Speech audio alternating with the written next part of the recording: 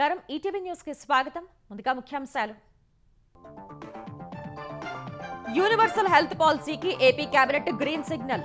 ఒక్కో కుటుంబానికి ఏడాదిలో 25 లక్షల వరకు ఉచిత చికిత్సలు, 1.63 కోట్ల కుటుంబాలకు లబ్ధి. ఈ సాయంత్రం ఢిల్లీ వెళ్లనున్న ఏపీ మంత్రి లోకేష్. రేపు ప్రధాని మోదీతో భేటీ. ఆంధ్రప్రదేశ్ సమస్యల పరిష్కారం, పెండింగ్ ప్రాజెక్టులపై చర్చలు. ఏపీ మద్యం కేసులో కొనసాగుతున్న సిట్ అధికారుల సోదాలు. చిత్తూరు జిల్లా తుమ్మలగుంటలోని చెవిరెడ్డి భాస్కర్ రెడ్డి నివాసంలో విస్తృత తనిఖీలు.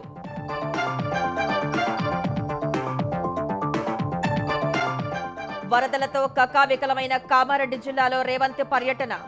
ముంపు ప్రాంతాల్లో బాధితులకు పరామర్శ.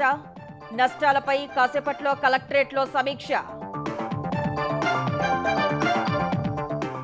నాగర్ కర్నూలు జిల్లాలో గల్లంతైన 3 చిన్నారులు మృతి.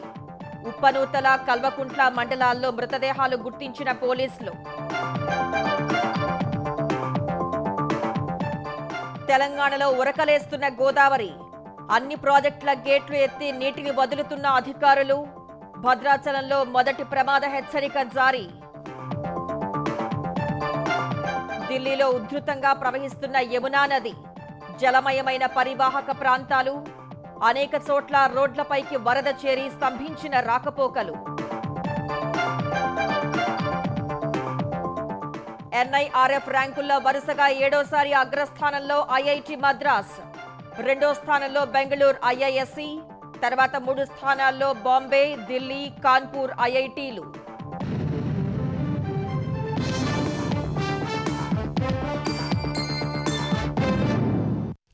ఆంధ్రప్రదేశ్లో యూనివర్సల్ హెల్త్ పాలసీకి మంత్రివర్గం ఆమోదం తెలిపింది.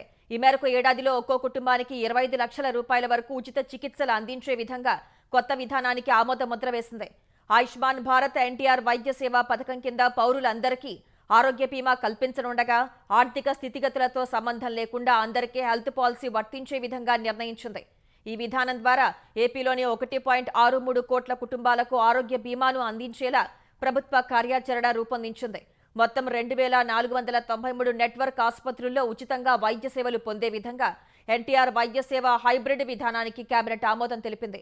ఇందులో మొత్తం 3257 చికిత్సలను ఉచితంగా అందించాలని నిర్ణయించింది. కేవలం 6 గంటల్లో వైద్య చికిత్సలకు అనుమతులు ఇచ్చేలా ప్రీ ఆథరైజేషన్ మేనేజ్మెంట్ విధానాన్ని అమలు చేయనున్నారు. 2.5 లక్షల్లోపు వైద్య చికిత్సల క్లెయిమ్లను ఇన్సూరెన్స్ కంపెనీల పరిధిలోకి వచ్చే విధంగా కొత్త విధానంలో నిబంధన పొందుపరచనున్నారు. 2.5 నుంచి 25 లక్షల రూపాయల వరకు వ్యయాన్ని ఎన్టీఆర్ వైద్య సేవ ట్రస్ట్ భరించనుంది. ఇదే సమయంలో పీపీపీ విధానంలో 10 కొత్త వైద్య కళాశాలల ఏర్పాటుకు కేబినెట్ ఆమోదం తెలిపింది. ఈ కాలేజీలను ఆదోని, మదనపల్లె, మార్కాపురం, పులివెందుల, పెనుగొండ, పాలకొల్లు, అమలాపురం, నర్సీపట్నం, బాపట్ల, పార్వతీపురంలో 2 విడతల్లో ఏర్పాటు చేస్తారు. సామాజిక మాధ్యమాల్లో తప్పుడు పోస్టుల నివారణకు కొత్త చట్టం తీసుకురానున్నట్లు ముఖ్యమంత్రి చంద్రబాబు తెలిపారు. కొత్త చట్టంలో విధి విధానాల రూపకల్పనకు మంత్రులు అనిత, నాదెండ్ల మనోహర్, అనగాని, పార్థ సారథిలతో కూడిన మంత్రివర్గ ఉపసంఘాన్ని ఏర్పాటు చేయనున్నట్లు తెలిపారు.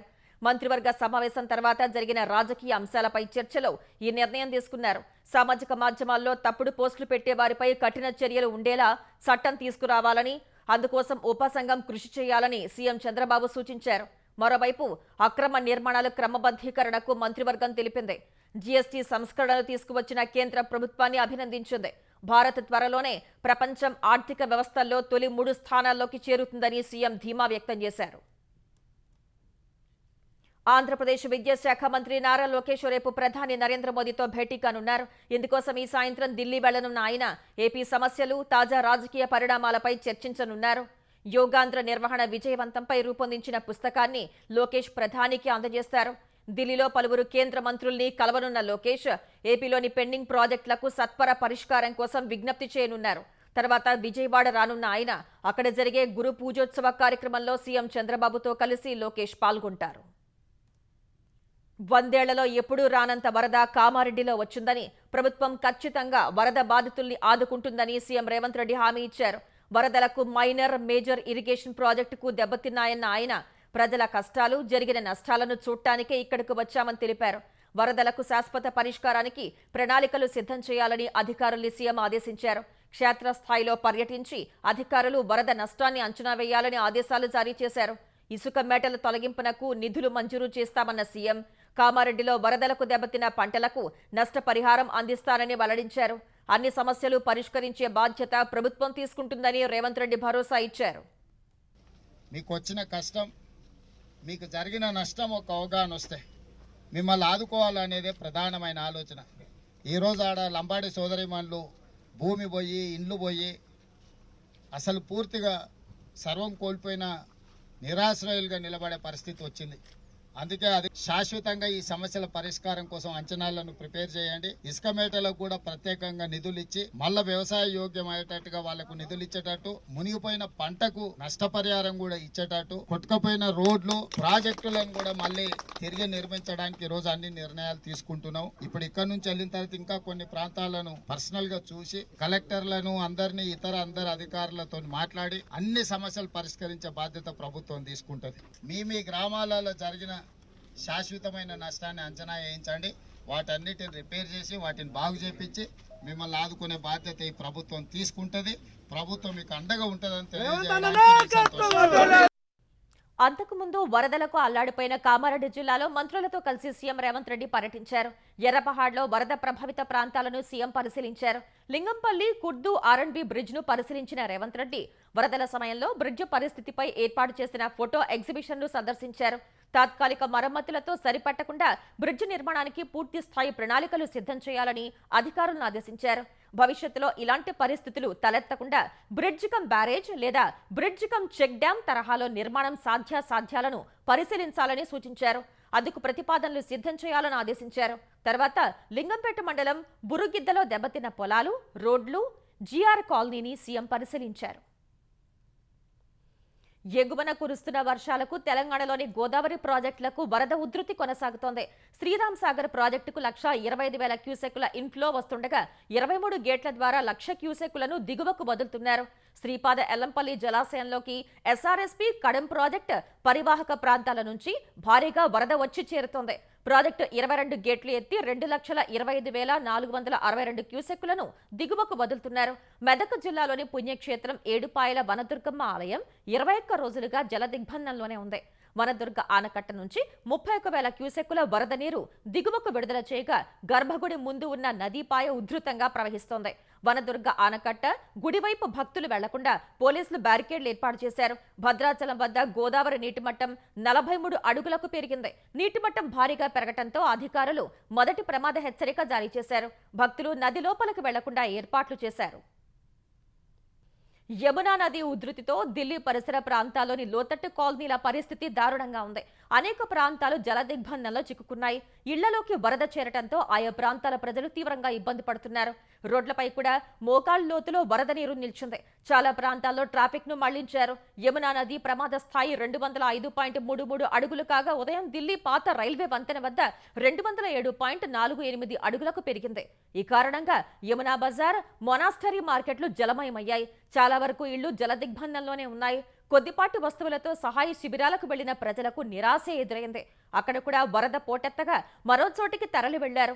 ఢిల్లీ ముఖ్యమంత్రి, కేబినెట్ మంత్రులు, కీలక విభాగాల అధికారుల కార్యాలయాలున్న సచివాలయం వద్ద కూడా వరద నీరు చేరింది.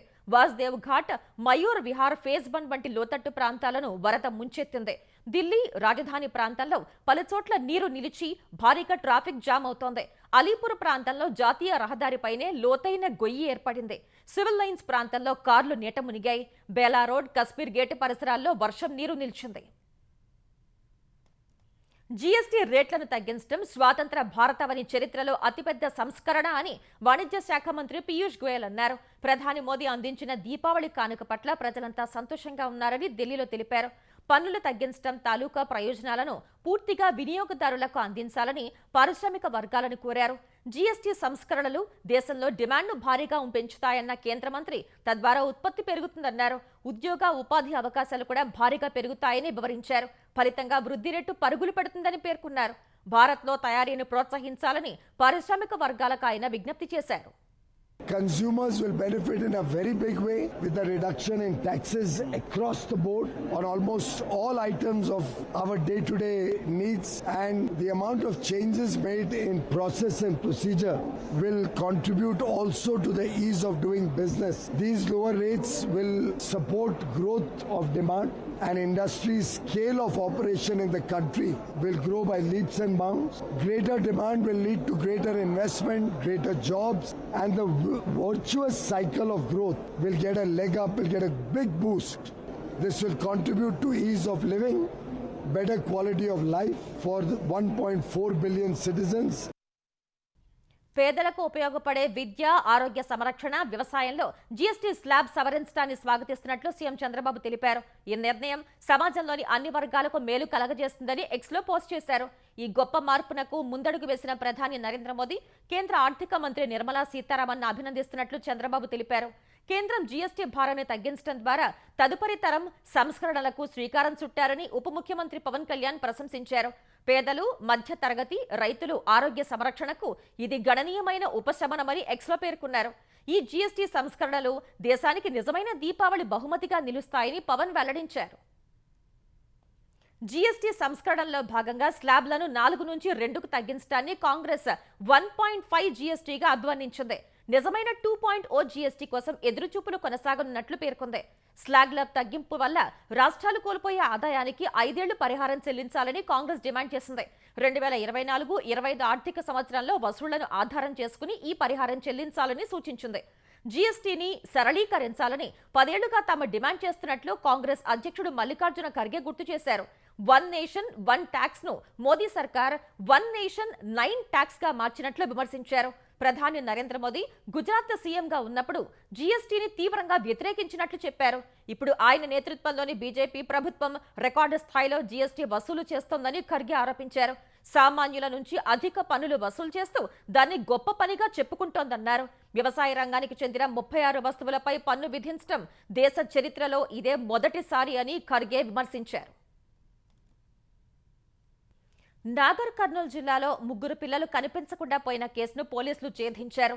3 పిల్లల మృతదేహాలు గుర్తించిన పోలీసులు వారిని కన్న తండ్రి పెట్రోల్ పోసి తగలపెట్టినట్లు అనుమానిస్తున్నారు. ప్రకాశం జిల్లా ఎర్రగొండపాలెం మండలం పెద్ద బోయపల్లికి చెందిన గుత్తా వెంకటేశ్వర్లు గత నెల 30న భార్య దీపికతో గొడవపడి 2 కుమార్తెలు, కుమారుడిని బైక్పై తీసుకుని బయటకొచ్చాడు. వెంకటేశ్వర్లు నిన్న అనుమానాస్పద స్థితిలో శవమై కనిపించగా ఇవాళ 3 పిల్లల మృతదేహాలు లభ్యమయ్యాయి.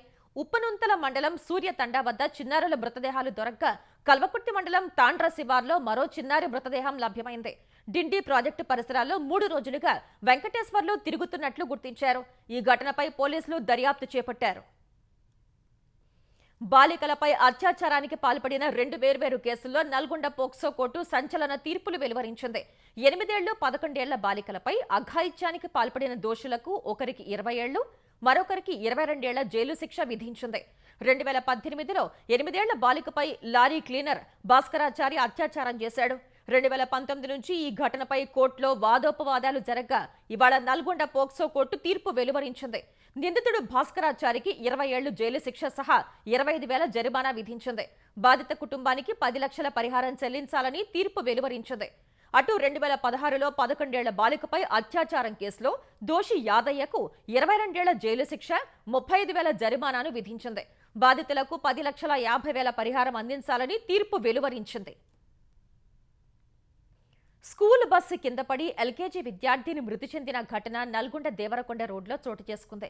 నల్గొండ మండలం తోరగల్ గ్రామానికి చెందిన జస్మిత ఈ ఉదయం స్కూల్ బస్సులో పాఠశాలకు వచ్చింది. పిల్లల్ని దింపి బస్ డ్రైవర్ బస్సును రివర్స్ చేస్తుండగా చిన్నారి బస్సు కింద పడి తీవ్రంగా గాయపడింది.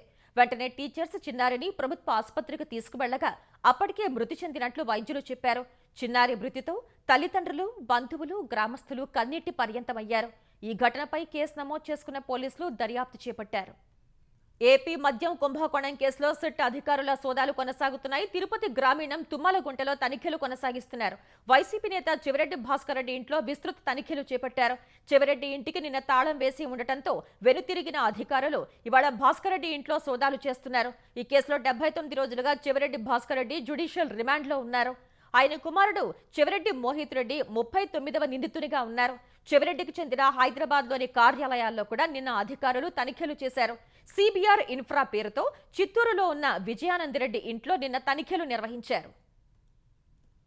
గుంటూరు రూరల్ మండలం తురకపాలెంలో మరణాలకు గల కారణాల నిర్ధారణలో జరుగుతున్న జాప్యంపై వైద్యారోగ్య శాఖ మంత్రి సత్యకుమార్ యాదవ్ ఆగ్రహం వ్యక్తం చేశారు. తురకపాలెంలో జరుగుతున్న మరణాలపై సచివాలయంలో ఉన్నతాధికారులతో మంత్రి సమీక్ష నిర్వహించారు. మరణాలకు కారణాల నిర్ధారణలో జాప్యం ఎందుకు జరుగుతోందని అధికారుల్ని మంత్రి ప్రశ్నించారు. జులై నుంచి ఈ రోజు వరకు 23 మరణాలు జరిగితే ఎందుకు అప్రమత్తం కాలేదని నిలదీశారు. క్షేత్రస్థాయిలో ఆశా, ఏఎన్ఎం, మెడికల్ ఆఫీసర్లు ఏం చేస్తున్నారని ప్రశ్నించారు. గుంటూరు ప్రభుత్వ మెడికల్ కాలేజీ ల్యాబ్ నుంచి వచ్చే రక్త నమూనాల పరీక్షల ఫలితాలు అనుగుణంగా చర్యలు తీసుకోవాలని అధికారుల్ని సత్యకుమార్ ఆదేశించారు. అవినీతి పరులకు బీజేపీలో స్థానం లేదని, కవిత అయినా ఎవరినైనా చేర్చుకునే ప్రసక్తే లేదని ఆ పార్టీ తెలంగాణ అధ్యక్షుడు రామచంద్రరావు స్పష్టం చేశారు. గణేష్ నవరాత్రులు, బతుకమ్మ, దసరా పండుగల సమయంలో జీఎస్టీ తగ్గించడం పేద మధ్య తరగతి ప్రజలకు శుభ పరిణామమని రామచంద్రరావు అన్నారు. కాంగ్రెస్ బీఆర్ఎస్ ఒకటేనని, ఇటీవల గవర్నర్ వద్దకు కాంగ్రెస్ బీఆర్ఎస్ నేతలు కలిసి వెళ్లటమే ఇందుకు నిదర్శనమన్నారు. సిబిఐ విచారణలో కాళేశ్వరం ప్రాజెక్టు అవినీతి బయటపడుతుందని రామచంద్రరావు స్పష్టం చేశారు. ఆమె గురించి నేను మాట్లాడే అవసరం లేదు. నేను స్టేట్ ప్రెసిడెంట్ని. నేను చెప్పిన వాళ్ళ కుటుంబంలో గొడవ నడుస్తుంది, అంతేకాని ఆమె చెప్పిన స్టేట్మెంట్లకు మీరు మీరు రియాక్షన్ అవుతుంటే పెద్ద రియాక్షన్ అయ్యేంత నాకైతే నేనైతే రియాక్ట్ కావాల్సిన అవసరం లేదు. అవన్నీ ఎలిగేషన్ చాలామంది చేస్తుంటారు, పెద్ద మీరు కూడా సీరియస్ తీసుకోకండి. అది ఏ అవినీతి పరులకైనా సరే మా పార్టీలో స్థానం లేదు. అది కవిత కానీ బబిత కానీ. ఆంధ్రప్రదేశ్లో సాఫీగా యూరియా సరఫరా సాగుతోందని, పంపిణీ విషయంలో రైతులకు ఎటువంటి ఇబ్బంది లేకుండా చూస్తున్నామని వ్యవసాయ శాఖ మంత్రి అచ్చెన్నాయుడు స్పష్టం చేశారు. కృత్రిమ కొరత సృష్టించి యూరియాను బ్లాక్ మార్కెట్కు తరలించాలన్న వార్తల్ని ఖండించారన్న ఆయన అసత్య ప్రచారాన్ని నమ్మవద్దని రైతులకు సూచించారు. వైసీపీ సర్కార్ మార్క్ఫెడ్ ద్వారా సొసైటీలకు ఎరువుల సరఫరా నిర్వీర్యం చేస్తే కూటమి ప్రభుత్వం గాడిలో పెట్టిందన్నారు.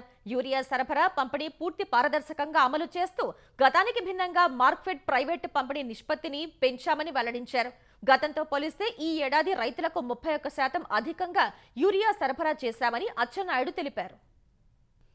తెలంగాణలో యూరియా కోసం పడిగాపులు, నిరసనలు కొనసాగుతున్నా రైతుల ఇక్కట్లు తీరటం లేదు.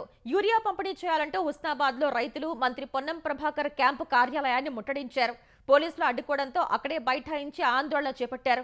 మెదక్ జిల్లా చేగుంట మండల కేంద్రానికి 2 లారీల యూరియా వచ్చినా పంపిణీ చేయటం లేదని హైదరాబాద్ చేగుంట ప్రధాన రహదారిపై రైతులు రాస్తారోకో చేపట్టారు. యూరియాను బ్లాక్లో అమ్ముకుంటున్నారని ఆరోపించారు. పరకాల నియోజకవర్గం ప్రాథమిక వ్యవసాయ కేంద్రం వద్ద యూరియా టోకెన్ల పంపిణీలో స్వల్ప ఉద్రిక్తత చోటు చేసుకుంది. యూరియా కష్టాలు తీర్చాలంటూ ఖమ్మం జిల్లా కలెక్టరేట్ ఎదుట రైతు సంఘాల ఆధ్వర్యంలో ధర్నా చేపట్టారు. సూర్యాపేట జిల్లా హుజూర్ నగర్ లింగగిరి సొసైటీలో యూరియా కోసం రైతులు పిఎస్సిఎస్ చైర్మన్తో గొడవకు దిగారు. సరిపడా యూరియా సరఫరా చేయకుంటే పంటలు నాశనం అవుతుందని రైతులు ఆవేదన వ్యక్తం చేశారు. కర్నూలులో వినాయక శోభాయాత్ర ఘనంగా జరుగుతోంది. నగరంలోని రాంబొట్ల దేవాలయం వద్ద బొజ్జగణపయ్య విగ్రహానికి ప్రత్యేక పూజలు చేశారు. జిల్లా కలెక్టర్ రంజిత్ బాషా, ఎస్పీ విక్రాంత్ పాటిల్, నంద్యాల ఎంపీ బైరెడ్డి శబరి సహా పలువురు ఎమ్మెల్యేలు ఈ కార్యక్రమంలో పాల్గొన్నారు. అనంతరం లడ్డూ వేలంపాట నిర్వహించగా 6,01,000 రూపాయలకు బైరెడ్డి శబరి లడ్డూను సొంతం చేసుకున్నారు. అత్యంత వైభవంగా జరిగే ఈ వినాయక శోభాయాత్రకు 2,000 మంది పోలీసులతో పటిష్ట బందోబస్తు ఏర్పాటు చేశారు. నిమజ్జనానికి వినాయక ఘాట్ వద్ద 7 క్రేన్లను ఏర్పాటు చేశారు. కర్నూలు స్టాంటన్పురంలో 2 క్రేన్లు అందుబాటులో ఉంచారు. నిమజ్జనం సందర్భంగా రాజ్విహార్ నుంచి కలెక్టరేట్ వైపు వెళ్లే వాహనాలను అధికారులు దారి మళ్లించారు. కలెక్టరేట్ సి క్యాంపు మార్గంలో వాహన రాకపోకలు నిలిపివేశారు. వినాయక నిమజ్జనం సందర్భంగా కర్నూలులోని విద్యా సంస్థలకు సెలవు ప్రకటించారు.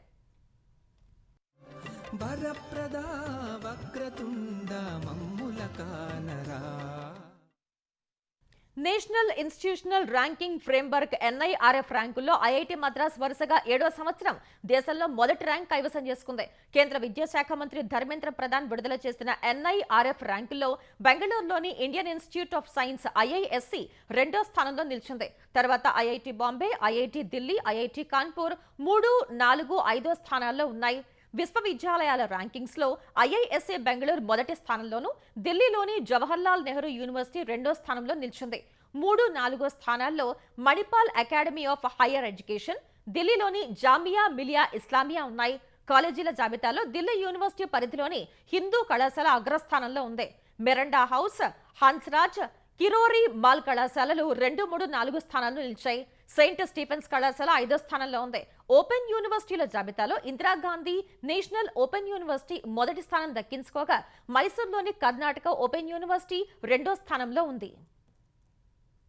ద్వైపాక్షిక బంధాన్ని మరింత బలోపేతం చేసుకోవాలని భారత్, సింగపూర్ నిర్ణయించాయి. ఈ మేరకు భారత పర్యటనకు వచ్చిన సింగపూర్ ప్రధాని లారెన్స్ వాంగ్తో ప్రధాని మోదీ ఢిల్లీలో ద్వైపాక్షిక చర్చలు జరిపారు.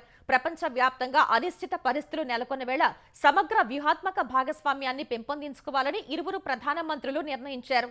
ఆర్టిఫిషియల్ ఇంటెలిజెన్స్, క్వాంటం, ఇతర డిజిటల్ టెక్నాలజీలలో పరస్పర సహకారాన్ని పెంచుకోవాలని తీర్మానించారు. ఉగ్రవాదం విషయంలో 2 దేశాలు సమానమైన ఆందోళన కలిగి ఉన్నట్లు చర్చల తర్వాత సంయుక్త ప్రకటనలో ప్రధాని మోదీ చెప్పారు. ఉగ్రవాదంపై పోరు ప్రపంచ దేశాలన్నింటి ఉమ్మడి బాధ్యత అని వివరించారు. ఈ సందర్భంగా 2 దేశాల మధ్య పలు ఒప్పందాలు ఖరారయ్యాయి. ఇరువురు ప్రధానుల సమక్షంలో ఒప్పందాలపై సంతకాలు చేశారు. జార్ఖండ్లోని పాలమో జిల్లాలో మావోయిస్టులతో జరిగిన ఎదురుకాల్పులో 2 జవాన్లు అమరులయ్యారు, మరొకరు గాయపడ్డారు. మనాటు పోలీస్ స్టేషన్ పరిధిలోని కేదాలు గ్రామంలో అర్ధరాత్రి భద్రతా బలగాలు గాలింపు జరుపుతుండగా నక్సల్స్ తారసపడ్డారు. వెంటనే మావోయిస్టులు భద్రతా సిబ్బందిపై కాల్పులు జరపగా అందులో 3 జవాన్లు గాయపడ్డారు. క్షతగాత్రుల్ని సమీప ఆసుపత్రికి తరలించగా అప్పటికే 2 మృతి చెందినట్లు వైద్యులు నిర్ధారించారు. మృతులు శాంతన్ మెహతా, సునీల్ రాయ్గా గుర్తించారు. మరొకరు చికిత్స పొందుతున్నట్లు అధికార వర్గాలు తెలిపాయి. మరోవైపు మావోయిస్టుల కోసం గాలింపు కొనసాగుతోందని పోలీసులు తెలిపారు. భారత్ను ఉద్దేశించి అమెరికా అధ్యక్షుడు ట్రంప్ చేస్తున్న వ్యాఖ్యల్ని రష్యా అధ్యక్షుడు వ్లాదిమిర్ పుతిన్ తప్పుపట్టారు. భాగస్వామ్య దేశాలతో సరైన భాష ఉపయోగించాలని పరోక్షంగా అమెరికాను ఉద్దేశించి అన్నారు. 4 రోజుల చైనా పర్యటన ముగిసిన తర్వాత మీడియాతో మాట్లాడిన పుతిన్ భారత్, చైనాలపై అమెరికా విధిస్తున్న సుంకాలపై మాట్లాడారు. భారత్, చైనాలు తమ రాజకీయ యంత్రాంగం, చట్టాలతో శక్తివంతమైన ఆర్థిక వ్యవస్థలు అని చెప్పారు. వారిని శిక్షిస్తామని ఎవరైనా అంటే ఆ దేశాల నాయకత్వం ఏం చేయగలదో ఆలోచించాలన్నారు. చరిత్రలో కష్టకాలం ఎదుర్కొన్న వాటిలో పెద్ద దేశాలు కూడా ఉన్నాయని పుతిన్ అన్నారు. వారిలో ఒకరు తమ బలహీనతను ప్రదర్శిస్తే వారి రాజకీయ జీవితం ముగిసిపోయినట్లే అని అర్థం చేసుకోవాలని పుతిన్ పరోక్షంగా అమెరికాకు చురకలు వేశారు. చైనా అధినేత జిన్పింగ్, రష్యా అధ్యక్షుడు పుతిన్, ఉత్తర కొరియా అధినేత కిమ్ జోంగ్ ఉన్ ఒకే వేదికపై కనిపించడం అమెరికా అధ్యక్షుడు ట్రంప్నకు కలవరపాటుకు గురి చేస్తుంది. అవసరమైతే చైనా, రష్యాను అడ్డుకునేందుకు సిద్ధంగా ఉండాలని పెంటగాన్ ఆయన ఆదేశించారు. అమెరికా సైన్యంలో భారీ స్థాయిలో మార్పులు చేయాలని సూచించారు. ఈ మేరకు ట్రంప్ నుంచి తమకు ఆదేశాలు వచ్చినట్లు అమెరికా రక్షణ మంత్రి పీట్ హెగ్సెత్ తెలిపారు. మిలిటరీలో భారీ పునర్వ్యవస్థీకరణ చేపట్టనున్నట్లు వెల్లడించారు. అయితే కసరత్తు యుద్ధం కోసం కాదని వివరణ ఇచ్చారు. చైనా, రష్యా సహా ఏ దేశం విషయంలోనైనా తమ పాలసీ స్పష్టంగా ఉంటుందని పేర్కొన్నారు. బీజింగ్లో బుధవారం జరిగిన విక్టరీ డే పరేడ్ సందర్భంగా చైనా ఆయుధ ప్రదర్శన తర్వాత ట్రంప్ తీవ్ర ఆరోపణలు చేశారు. చైనా, ఉత్తర కొరియా, రష్యాలు కలిసి అమెరికాకు వ్యతిరేకంగా కుట్రలు పన్నుతున్నాయని విమర్శించారు. ముఖ్యాంశాలు మరోసారి. యూనివర్సల్ హెల్త్ పాలసీకి ఏపీ కేబినెట్ గ్రీన్ సిగ్నల్. ఒక్కో కుటుంబానికి ఏడాదిలో 25 లక్షల వరకు ఉచిత చికిత్సలు, 1.63 కోట్ల కుటుంబాలకు లబ్ధి. ఈ సాయంత్రం ఢిల్లీ వెళ్లనున్న ఏపీ మంత్రి లోకేష్. రేపు ప్రధాని మోదీతో భేటీ. ఆంధ్రప్రదేశ్ సమస్యల పరిష్కారం, పెండింగ్ ప్రాజెక్టులపై చర్చలు.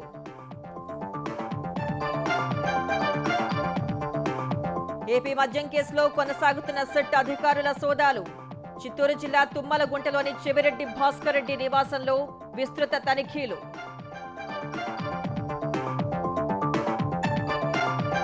వరదలతో కకావికలమైన కామారెడ్డి జిల్లాలో రేవంత్ పర్యటన.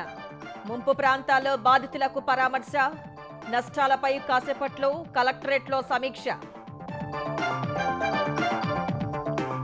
నాగర్ కర్నూలు జిల్లాలో గల్లంతైన 3 చిన్నారులు మృతి. ఉప్పనూతల, కల్వకుంట్ల మండలాల్లో మృతదేహాలు గుర్తించిన పోలీసులు. తెలంగాణలో ఉరకలేస్తున్న గోదావరి.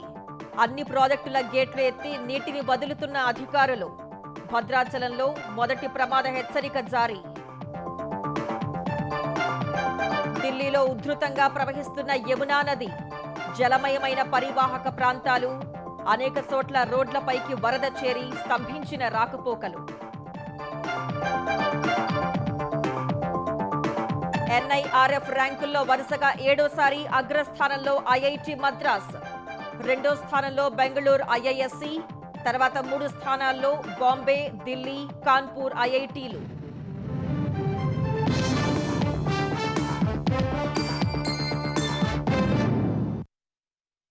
ఈటీవీ న్యూస్ సమాప్తం. నమస్కారం.